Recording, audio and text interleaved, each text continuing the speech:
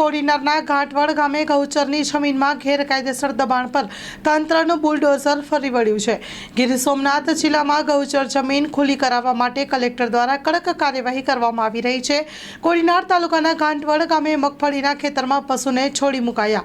ખેડૂતોએ ગૌચર જમીનમાં ગેરકાયદેસર રીતે મગફળીનું વાવેતર કર્યું હતું, જેથી વહીવટીતંત્ર દ્વારા મગફળીના ખેતરમાં પશુઓને ચરવા માટે છૂટા મૂકી દીધા હતા। Story report by Abdul Ghanchi Una.